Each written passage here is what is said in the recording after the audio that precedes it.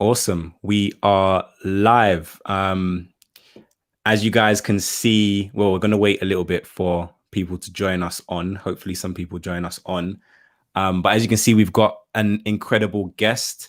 We've got Charlotte, who is going to be speaking to us about starting and building a business online from scratch. So kind of more of the beginner, the basic tips. Charlotte, I would love for you to kind of go through with us. But before we even get there, I want to kind of give you the floor again, whilst we're waiting for people to come through, to just speak to us a little bit about who you are, what you do, your journey to where you are now. Yeah, go for it. Thank you. Well, first of all, thank you Sam, for having me here. I'm super excited to jump in with you, trying to make this happen. And all of you that will jump in via live or the replay, please do connect and get interactive as well. So just for a bit about who I am to even be sharing tips. So my name's Charlotte Barrett. I am one of the co-founders of a business growth agency, which I run alongside my business partner and also my best friend. And we have been in business partnership since 2013. Our agency developed after originally had an events management company, but realised that model wasn't for us after it scaled, and we wanted to get into the online world. And all the fruits of benefits that the online world has as well. That suited us, especially as we started having kids, etc.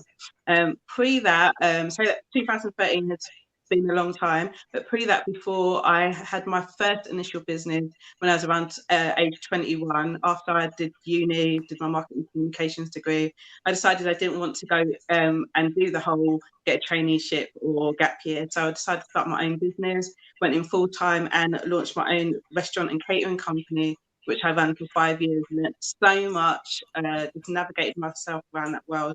And since then, I've always been back and forth in entrepreneurship. I did go to corporate for a little bit as a project manager, and then me and my friend regained, sort of come back into contact around 2013. It was like, let's do this. Let's try and make something again for ourselves, build this business. And it's evolved, and now specifically work with a lot of women, help them build their online businesses so that they can confidently attract their first or future client and get them quickly to that 1K plus months in revenue, so that they can build a business that's based on solid foundation. That's what I absolutely love doing, and do a bit of speaking here and there as well. Just a little snapshot of who I am. Awesome. Some great stuff. So my question to you, so this video, I wanted to kind of focus on the startup entrepreneur. Yeah. So the person who hasn't, they're not yet at that 1K a month mark.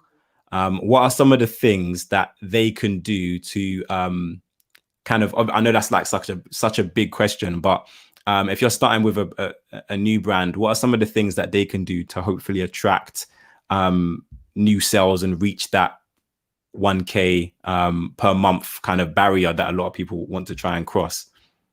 So I think first, specifically when you're so new and you're coming into the industry, what I think is one of the fundamental things is to find what I like to call your circle of gold, people who are doing the same thing that you want to do, whether it's you join just a free community or meet up, mastermind, or you pay to be in a group. But it's so important that whilst you're on that journey and you're developing yourself internally, externally, that you get amongst people to encourage you in those days that it feels hard, when you're figuring it out, that you can continue to do so, and also to see that it can be done. So you don't just think one day when it's hard, oh, maybe this is a time it's not working. But when you're around people who's going to motivate you to dream bigger, do bigger, it really is instrumental at the beginning stages where things still affect you. Like, for instance, a family friend or someone might say, you're silly, why are you wasting your time doing that? Online market space is crowded. But if you have that network that you tap into regularly, you will be able to brush it off a little bit easier, or at least go somewhere to vent. I think that's so instrumental, because in the beginning it's easy to drop off before you've even started. And the key to this in building your business online is you have to be all in and be committed to staying all in as well. But that's one of the first things. Next, I would say it's really important that you then go on to pick a business that you are willing to be all in with. So you may, what happens on your, sure Sam, you'll know as well, on the online space, shiny syndrome, shiny object syndrome is a real thing. There is this person, there's this new thing that's going to make you rich by in the next day, or there's this thing to try, this software, and it can be very, very easy to get distracted. So pick your, whether it, people say pick your poison, pick your business opportunity, pick what you're going to do and stick to it. But make sure you've done some research that actually it's going to be profitable and you can see there's a growth in that market as well. So pick that, get your network. Then it's about understanding who you are going to serve as your clientele. So people want to go over this bit so quickly because it's not the most exciting thing. You just want to get in, especially if you're a passionate entrepreneur doing something you're passionate about. But you really need to know who you're selling it to. A lot of us will start to go into business and we treat it as a hobby. It should be a business. We want to make money, and we're going to make money if we can sell someone a solution to a problem. So without doing that, we need to be crystal clear more than they are who our audience is, who are we serving, Yeah. how are we going to solve that problem. And as I said, so many people will skip over that bit, and that's when they start to see things aren't happening, or they get overwhelmed because they're confused as to what they're doing. And then, you know, with overwhelm leads to procrastination, and it's like, oh my gosh, a week, a month's gone, I've done nothing for my business, a year's gone. So as soon as you can get that clarity and be really confident in who you're serving and what your business is about, you can start to fit those pieces of the puzzle together a bit more clearly. Awesome. Yeah, I think some really key points there in terms of like I wanted to speak a little bit more on what you said. So we've got the comments are not coming up on my StreamYard, so I'm gonna like be reading them out. But we've got Yeah. Rennie G who says hi. We got Cassandra who's saying hello as well. Thank you guys for joining. Please do leave your comments in the chat and your questions as well. So we're kind of focusing on like your first 1K, how to get your first 1K, but not just 1K, but 1K a month in your business and then scaling and going above that. And that can be a really big hurdle for a lot of people as well. So one of the things that you said that kind of stood out to me that I noticed that I actually did, that I didn't realize I did, was finding friends in your space. Now I kind of like, I did this in a number of ways. The first way was when I started out on YouTube, I joined a Facebook group. So it was like a group of small YouTubers, and we were all kind of on the same similar-ish level, just putting videos out, no subscribers, no views, no nothing, just trying to figure it out. And kind of having that energy around was really great. But then also another element to that was kind of like stepping out and booking, not being afraid to pay money to go to conferences and to network and to meet people who were doing a lot better than I was at the time, and just not being afraid to be around people who are doing better, so you can kind of get that inspiration to be like, okay, I have my friends who are where I want to be, but also I can look forward as well to this is what these guys are doing, and they're dropping so much nuggets as well and giving me information, things I can do to help improve. And the second thing was like picking the right business. And I think people take this for granted. And I had a conversation, I mentioned this actually last week in one of my videos, that I met a lady and she knew what I did. And she was like asking me, okay, I want to make money with drop shipping. And I was saying, okay, cool. Well, what products do you want to sell? And she looked at me blankly, like, I don't know, like, I just want to make money drop shipping. And I'm like, well, you have to know what you want to sell. You wouldn't say, oh, I want to start a shop, and then someone asks you, what shop are you going to start? Like, I don't know, I just want to start a shop. You have to be passionate about more than just the money. You actually have to be passionate about what you're doing as well. So some really great tips. Menho has just joined us and said, hi, everyone. Thank you, Menho. Thank you for everyone who is here. Do leave your questions in the chat. So my second question to you is more like on a point of branding.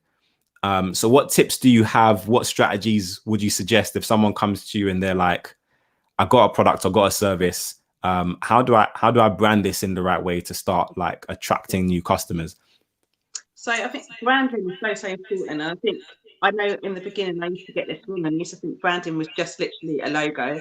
It's so much more than that. And I think when you're building your business online, it is a big space and it is noisy. So you want to get your brand right so that it can step out and stand out. I mean, there was a stat before, I think from Forbes, said how much ads we're exposed to from the moment we wake up, like 5,000 plus. So how is your brand going to stand out against all that noise? It's got to be something special. It's got to be something unique. So then you'll be like, okay, well, how do I do that? I think, first of all, you need to understand yourself really clearly and what you want to portray out to the marketplace. because particularly before we go into entrepreneurship, a lot of the time we're sort of conditioned into what's right. But when you have your own business, you need to want to know, what do you want your brand to stand for? What do you want it to stand against? But this is one of the questions when I have my introduction with my clients. I go through these to get crystal clear, because if the business isn't built around you, your ethics, your morals and values, at some point there's going to be some unalignment, and it's not going to last longevity. So you want to start to think about, what do you want people to feel about your brand? Branding for me goes down to a feeling. So we all know what people feel, whether they like Apple or not. There's universal, technologically advanced, etc. They've done their branding really well. Same, I use the example of Innocent Smoothies, that it's just a fun smoothie drink. They put their branding out there. So what do you want your brand to portray? You really need to know. And some people, when I start with my clients, I'm like, what do you stand against actually? What are the things? And people often don't take time to think about these questions. What is it I've got opinion against? What is it that actually are really out of alignment from my morals, ethics, and values? When you can stand on clearly, confidently, and boldly in who you are, your brand starts to stand out, and it doesn't start to smear into what is going on in line. And that's how people are going to remember you, especially when you're consistent. And it's easier to be, I know this word's overused, authentic to yourself, than it is to trying to portray or put yourself into a mold, because that's when you just blend in. You are the secret sauce, and I talk about this all the time. To understand who it is, then you want to go on to the things like the aesthetics, your colors. Can you be consistent with the colors you're using? Again, you can go as deep to colors have particular tones and really attribute particular vibes as well. So if you're at the beginning, maybe that's the perfect opportunity to think about what you want to portray. Then you start to create your brand board and your mood board. But it does go much deeper than that. It's about the feeling you want people to think every time they encounter your brand. Does it want to be luxury? Does it just want to be there for everyone? Is it high quality? And you want to put this throughout everything you're doing in your business, from your systems to your graphics, to your outlay, to your content, to your emails, even the tone in which you speak. Are you going to be, formal, or are you going to be chatty? I know for my brand, I want it to be approachable, because that's how I am. I want business to feel fun, so I will bring in elements of fun all the time. For me, one of the worst mistakes I made when I first started online, I remember with my first coach, it was like, do tons and tons of lives. And I thought I had to be so like newsreadery. I had to read a thing, I couldn't stumble, etc. And then that brand wasn't me. So there was a bit of misalignment. So really get clear on what you want the world to know your brand and your business about. And more importantly, stick to it. Brands evolve, obviously, as you evolve and your business evolves, but just make sure it's based on your morals and ethics and values, and then look at aesthetics and that sort of stuff afterwards. Yeah, I think a lot of what you mentioned there is so key, in terms of even like the colors. So I'm working with a client at the moment, and we're helping her with her whole social media, from YouTube and everything. And my first thing was, because she's just done her website, so my first thing was find out what colors, what color codes the web developer used on the website, so you can use that as well on your social media, and also what fonts they used as well, so you can use that on your social media, like the main social media profiles that you're going to be pushing as well. And I think another thing is like just that consistency is really important from a branding point of view, but also from a marketing and sales point of view as well, in terms of your funnels. So, on this channel, I speak a lot about, paid marketing, and I get messages all of the time like, Sam, how do I do Facebook ads? How do I do YouTube ads and stuff like that? But it's all about like touch points. Someone might come to your website and be like, okay, cool, I'm not ready to buy it yet. Let me go to their Instagram, or let me go to the Twitter, or let me go to the YouTube. And if the feel is the same or similar, then they can familiarize themselves with your brand. And then once they see your ad on YouTube or an ad on Facebook, they're like, oh, I remember these guys, because of the colors you're using. Like you said, the tone that you're using is very similar across platforms. So when they see an ad, they're familiar, and they're more likely to take action elsewhere on the internet. So yeah, that's super important as well. And I think what you mentioned about feelings is key, because people buy off of emotions a lot of the time, and I put this out on my Instagram today, with regards to like the next time you make a purchase, the next time you see something somewhere, and an ad or whatever it is, and it says, and it makes you feel like buying for whatever reason. You might buy it, or you might follow someone on social media and think, wow, this person's really great. You take some sort of action. What was it that made you feel like you had to follow that person, or you had to buy that product from that company? Because if they created a feeling that made you take action, then maybe you can create that same feeling as well for your business. So yeah, some really cool stuff there, some really great stuff.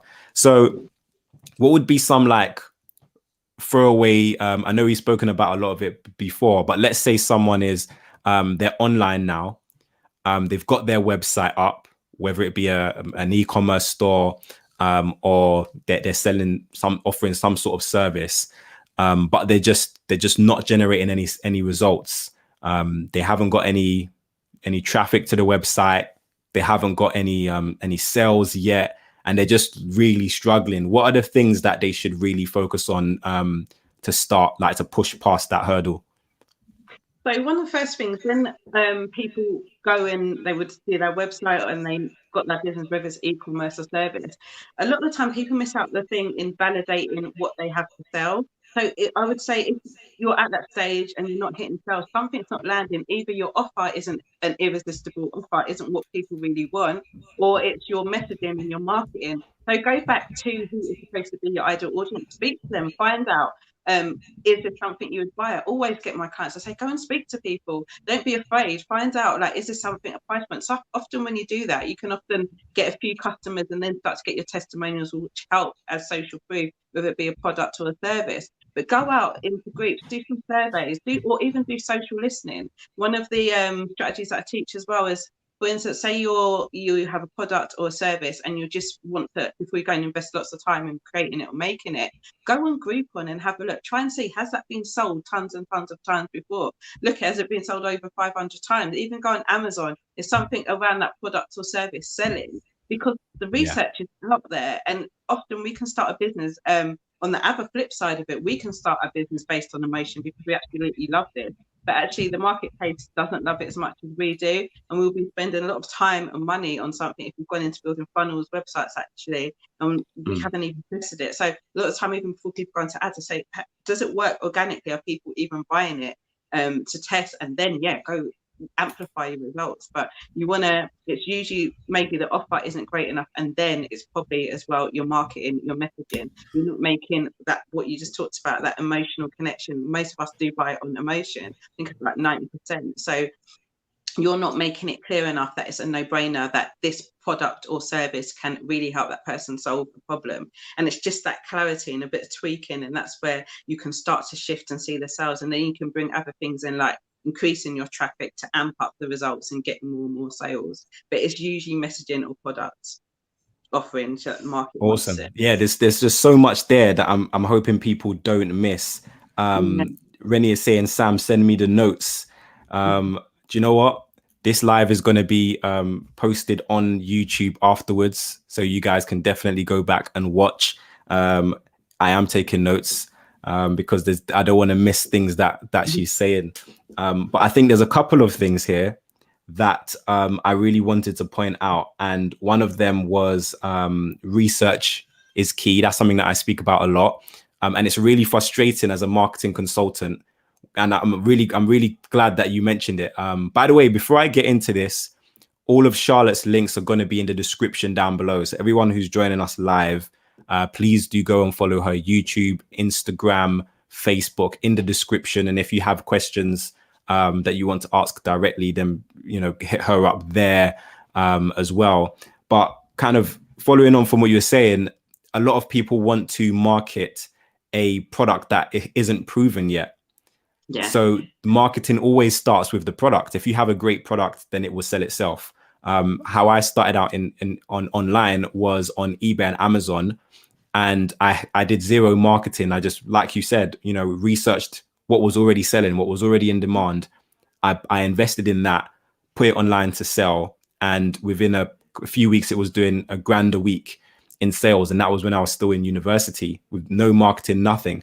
So the product itself, if there is a demand for it and the supply is not too much, so there's not too much competition, then even without the marketing, you can actually start generating results, start generating sales.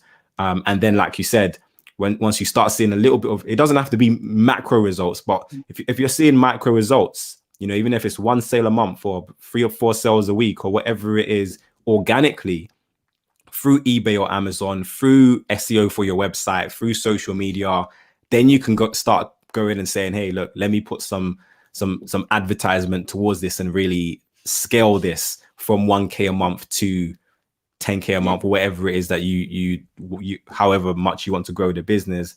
And I like how you said, like, using organic to kind of test as well. And that's one of the things that I teach is, you know, don't be silly in terms of spending loads of money on an idea that's not proven, but do mini tests and see how it's working, how it's operating, and yeah, take it from there. And, you know, because it's being in business is not, it's not gambling. We're not throwing our money against the wall. What we're doing is we're testing and we're smelling what is going to do well. And then when we get a sense of, okay, cool, this has potential, then you put money behind it, and it's kind of more of an estimate or a guesstimate, or a hunch, rather than just, you know what, I'm going to put £5,000 of savings into Facebook ads and pray that it works, kind of thing. Yeah, absolutely. And I think as beginning entrepreneurs, and it took me a while, we don't look at the data enough. So say you put ads out, or say you do it organically and you see, okay, I'm getting more and more traffic from this source. We don't look at it enough. Otherwise, we would quicken our journey a lot better. But there's so much data out there that we can really look at, and it doesn't come from guesstimation or making decisions based on our emotion, but it comes from logic, which is where we can make really good results for our business to scale up. Yeah, and I think that's something really key as well that I want people to kind of to take away from this. Is it is a process. So even me as a marketing consultant, when I'm running ads, when I'm creating content, when I'm starting out on a new platform, you're testing the room. I did a video with my brother not too long ago. We were speaking about like building a brand and Instagram and stuff like that. And one of the things I see a lot of people, the mistake people making is they start a new platform and they're not utilizing the features in that platform enough. So if you're new to TikTok, or you're new to Instagram, or you're new to YouTube, and you're wondering why am I not growing? For example, Instagram have just launched Reels. They have IGTV. You can go live. You can do stories. You should be testing all of these things and seeing which one is gonna, you know, best perform for you, and then kind of make a decision. So like my question now for you is, what kind of things are you seeing some of your, either personally or some of your clients, what's kind of helping to bring the best results for your clients at the moment? What kind of things are they doing? What kind of things are you doing that's you're seeing as, yeah, this is actually performing quite well in 2020, and you kind of foresee it to be working well as well in the future? So I'll go to what we deem as a boring stuff, but consistency. Any of my clients that are consistent, whether it's a platform, whether it's whatever strategy or method they decided they wanted to take on that's best for them, as soon as they're consistent, that is when the results come. And it's one of the hardest things to do, but when you do it, you'll see the results. So in terms of picking your consistency, but then if you're looking at platforms, so I TikTok, we know, blown up, and I played around with it at the beginning of the year. I saw actually how much momentum got quickly from there, and from leads as well. So I still do think, even with all this banning things surrounding TikTok, the growth on there is so quick, and I played around with it, and you can get leads from there and onto your other platforms. So I still do see TikTok for at least another year, still really, really up in the game. But I think whatever platform, if we can look at it in that way, you just always want to be bringing them back to something, your lift, or, you know, taking them off that platform. So yeah, you can get really quick growth of TikTok, but I think it may not be around. We don't know how much longer. Can you get them onto your email list? You want to get them like an asset that's yours, and I'm sure you talk about this as well. our business, we're trying to build sustainable long-term businesses, so we Yeah. can use all these tools and tricks and things, reels, whatever, you know, whether it's we're using Facebook groups, still really momentum lives like now, still whatever platform, as you were saying before, each platform sort of gives you a hint on what they're going to push out more so you can get more viewers when they introduce these things. It's what they want you to do, so your stuff will get shown to more people. But just always have in mind, what is the next step? Where do I want to bring my clients or customers to something that I can own as a business, as an asset, and that I've got more long-term control of as well. So yeah, I would say those sorts of social media, being consistent, and also things that I keep on showing my clients on what is working for them is leverage other people's platforms. So get on podcasts as guests, get on, you know, doing other streams like this. It's when you're just starting and you're trying to build, it's one of the quickest ways. And if it is a product, then using things still like influencers and stuff, because you're still building, and you should be building continuously because you want your own platform. But leveraging other people's audience is really just going to quicken your route and you building your audience, and also getting more people to see you are expert in what you do, or your product is really great at what it does. So just leveraging, and that's where I'm seeing them when they're getting on these different audiences, and whether they're having something to lead on or freebie, it's just quickening, and it's also heightening their confidence as well. But they're getting the results, getting the clients and customers following them, building that like, know, and trust quicker as well. Awesome. Some really great tips, and I wish I could dive into every single one of them individually, but we can't. But like I have mentioned, I've left all of your links in the description, and hopefully we can get you on again to kind of follow up with a lot of the stuff that we've covered. And if for anyone who's watching this either live or after the fact, if you do have any questions and suggestions for a future live with Charlotte, then do leave those in the comment section as well, so we can kind of keep that in mind. But just kind of touching on some of the things that you did speak about, TikTok for business, and also leads. So I want to start off with TikTok. What are some of the things that you're doing on TikTok that you think is bringing you success that some other companies potentially could do to start seeing results as well? Yeah, so TikTok, as I said, with each medium, I usually play around with it at least so I can advise clients. I haven't been on there for about last month, but early on in the year, I was on there consistently every day. And although I didn't have a massive following, I was able to get people message to come on my webinars, my masterclasses that was off, and engage with people, get them into my group. And it was just amazing at how the consistency obviously works really well over TikTok. But what a lot of people was coming to me and saying, how does TikTok work for business? And created a video on this because I know myself, my oldest daughter, she's been on TikTok, Musically, all of that for years. And I thought, actually, this isn't going to work. But for TikTok, it's about just showcasing your expertise just so quickly. So being able to go on there, give a few minute tips and be consistent with it, but also do it in your vibe. If you're quirky, if you can bring a bit more artistic to what you're doing, it will start to stand out. And you do this on a regular basis, and you can start to, and make sure you've got call to actions. Obviously, when you get to 1,000 followers on TikTok, you can have a link in your bio that's clickable and you can go live. But before that, the TikTok audience is sort of conditioned that when you put a link down below, they will copy and paste it and go over to where you are, or they'll come over to your Instagram and YouTube. I had a few people come over that way, and I know definitely because I saw the links as they followed, they went over that. So TikTok's a really great platform if you've got capacity, because I say make sure you've got capacity before you take on another platform. I did it because actually I love working out the different social medias, and I can share with the client if it's going to be a good fit or not. I like to test it before I teach it, but it's definitely a platform that you can use, and you can help leverage your other platforms, and you can grow and you can build an audience quickly over there as well. But Awesome. I agree. I've been doing like a very similar thing to you on TikTok, which is kind of just testing the platform, seeing what's working, seeing what's getting engagement, and then using that to my advantage when I'm working with clients as well. One thing that just to answer Menho's question, I need to market in China through social media. My recommendation, Menho, is to look at the platforms, because China, there's not a lot of platforms that are available, social media platforms available in China. So I would definitely look at the platforms that are available and using the strategies that we're speaking about here, but focusing them on those platforms, being organic on those platforms, seeing what content is being created and kind of utilizing that. If you do have any questions, then this is the time to ask, because we're kind of wrapping up now. We're finalizing. So if you do have any questions, then please, this is the time to leave them in the chat. But kind of one of the last things I wanted to speak about, because you mentioned email marketing, is we know the importance of email. I speak about it all of the time on this channel, and whenever I do a video about email, it always seems to underperform on this channel, because I don't know if people get overwhelmed with it, if people are not convinced that it's a good way to build their business. What would you say to someone who's kind of on the fence, hasn't started email yet?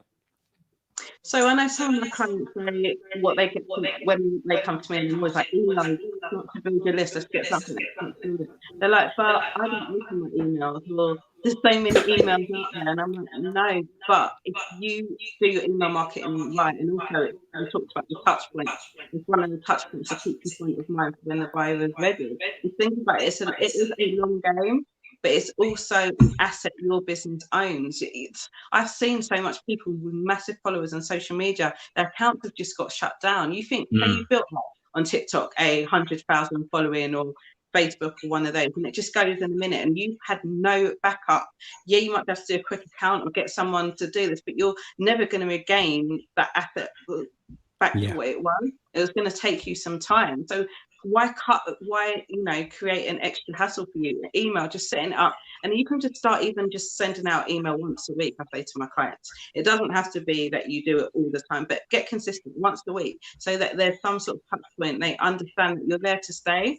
Also, a lot of these times we're building potential customers online. They just want to know that we're in it for the long game. Remember, if you don't know someone, you're thinking of yourself as a potentially spending your money somewhere. You want to know that that person is going to be around for a while, that they're consistent, they're trustworthy. So you have to lead first, as I always say. So start with once a week. Start showing those people that you're around. You love your business. You're believe in your product or service. You're going to be sharing it and talking about it, and people will start to gravitate to you as well, especially when they can see and feel the vibe of your energy. So if you're on the fence with email, it doesn't have to be massive. I know I say to people, you can just start with MailChimp for something. You don't want to get too complicated into it. And then once you understand, you want to do retargeting campaigns, all of that good stuff, be sending out your automated emails, then you can do that after. But it's something you definitely want to have, and you want to have different parts of your business, your online business that you're building, different leads, different ways that you're going to build that like, know, and trust, so that you're building a solid business. It's not just a flash in the pan. 100%. I agree with everything there. And if you haven't started building your list for your business yet, then like Charlotte was saying, get a MailChimp account. It's free to start MailChimp. Obviously, you're limited in terms of what you can do, but it's free. Just get yourself started, get yourself a list. And for those of you who are UK based, you may have heard of what happened to Wiley recently. It would have been incredible if I was his marketing consultant before this, because he would have a huge email list. But just for some context, for those of you who don't know, Wiley is like a really famous UK based rap artist here. And he's one of the top artists here in the UK. And basically he went on a rant on Twitter. Twitter didn't like it, and they banned him. But not only that, he's banned as well from YouTube, and he's banned from Instagram. And I don't know if he's banned on TikTok or whatnot, but all of his accounts shut down, and he has hundreds of thousands of followers. That's his career. That's his job. All of his music videos taken down. If he had been building his database, if he's been building his list, then it would at least have a way to communicate with his followers to tell them, hey, look, I've been banned, but look, hey, you can follow me here. Or he could create a new blog and upload his music there, or find some way to diversify, not just on these platforms, because when they're ready to shut you down, they can shut you down. And obviously it's a small chance that it would happen, but if it does happen in that way, on that grand scale, then okay, cool, my business survives, my income survives, I can feed my family, I can actually go on and build my business. But as well as that, a percentage of people, when you send emails, will open and will click. So on the point you was saying as well, that some of your clients say, I don't open emails. All it takes is 10%. If you've got a big enough list, 10% to open and 5% to click. and click through and make a purchase. And if that happens, if you've got enough people on your list or an engaged enough list, that's all you need, really, because the 5% that open today will be different from the 5% that open next month. So you don't open all of your emails, but maybe this month you open 10 emails, one from Uber, one from Netflix, one, and you might take action on one of the 10 emails that you open. But to that one person, that's one conversion. So similar to you, there's a reason why the big brands are in your email inbox, and that's because his email still works. So yeah, thanks a lot. We've got one question here for Menho that I'm going to take, and then I think we will wrap up unless there's another one. So Menho is saying, I am posting 4 videos a day through Facebook, Instagram, Twitter, and TikTok, and I'm not getting any traction. Do you have any tips for Menho? Well, I guess what type of videos are you, when you're on social media, and no time you probably say the same, you want to make sure that your content is a bit varied. Like, is it going to be educational? Is it going to be inspirational? Is it going to look at myths, debunk myths? Is it going to share, some pointers how to quickly get started? So you want to make sure your content is a mix, because your potential clients and customers are going to be at different points, and it's where you're bringing them in on the journey. Also, what the actual content that is it of value to your audience and your clients and customers? Did you do that free stuff we talked about where you did the market research? And are you just always going out there and selling? We've got to do that whole thing, what Gary Vee talks about, that jab, and then we've got to give, and then we can ask for a sale. Give.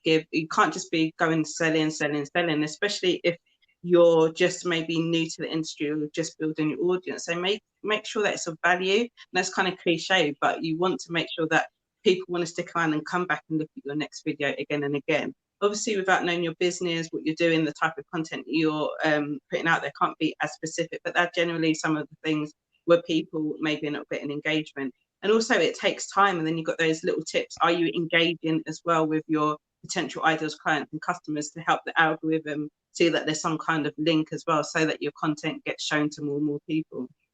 That's what I'd say so far, Sam. Awesome. There's some great tips there, Menho. I would definitely recommend to follow those tips, rewind this live, and make sure you follow some of those tips. And I think that content is great, but context is also great as well. Are you actually creating, like Charlotte was saying, are you creating content that's seen as valuable content? It has to hit at least one of the pillars. It should be entertaining your target customer. It should be educating your target customer, or is it inspiring your target customer? If it's not hitting one of those pillars, then that is probably the reason why it's not getting traction. And if it is hitting those pillars and you're like, yeah, my content is entertaining, it's engaging, it's it's inspiring, but it's still not resonating with, and I'm not being able to build my following, then you need to think about, okay, now it's a promotion issue. You're not promoting that content enough.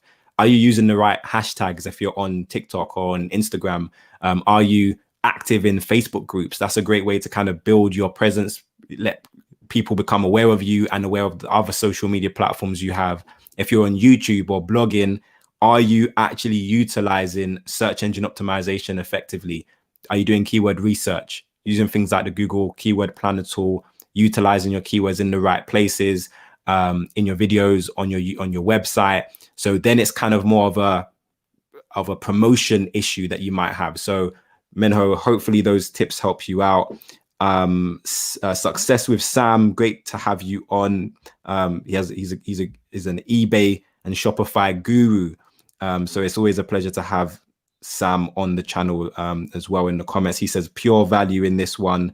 He says collecting some good nuggets. And then we've got Menho says thanks, much appreciated. And then Success with Sam is saying, yes, really important to provide value before trying to ask for the sale. 100%. And Menho, I would actually even recommend to check out Success with Sam on his YouTube channel, because what he's doing is he's providing a lot of value, really great value about eBay. And he, to my knowledge, hasn't sold anything yet. So look at what other people are doing who are successful. Can you emulate what they're doing, but in your niche, and take some advice for that? So thank you guys for commenting in the chat. For those of you who are watching after the fact, please don't feel like you can't ask questions. If you have questions for me, leave them in the comments. If you have questions for Charlotte, then please do follow her on social media. All of the links are going to be in the description down below. And here is her Instagram as well, at the Charlotte Barrett official. So make sure you go and hit her up on Insta.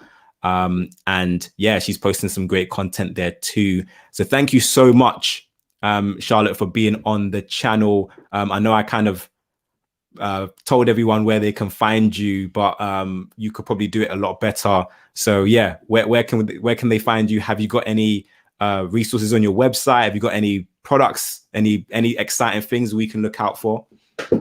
Yeah, so well, thanks for having me, Sam. I've had so much fun. One of my favorite topics, talking with you and your audience. So aside from the link Sam has said, you can also find me. I'm quite active on Facebook, Charlotte Barrett, and I have, for those of you, sorry, just for the ladies, this one, but we have a Facebook group for female entrepreneurs called the Thriving Startup Female Entrepreneurs. I'll go ahead in the comments. And for those of you that just want some help, I have a masterclass at 6 ways to start an online business. I can drop that, or you can find that when you come and follow me as well. And if you've got any questions, feel free to reach out. Always there. We want to see everyone winning. There's enough big enough pie for everybody, as I say. So it's just about mastering these tips and figuring it out. Awesome. Success with Sam is saying thanks, Charlotte. Menho is saying thanks, Charlotte. Thank you, everybody who's joined us live. Thank you to everyone who's watching after the fact as well. I appreciate you all. And until next time, guys, have a great day, and I'll see you soon. Bye-bye.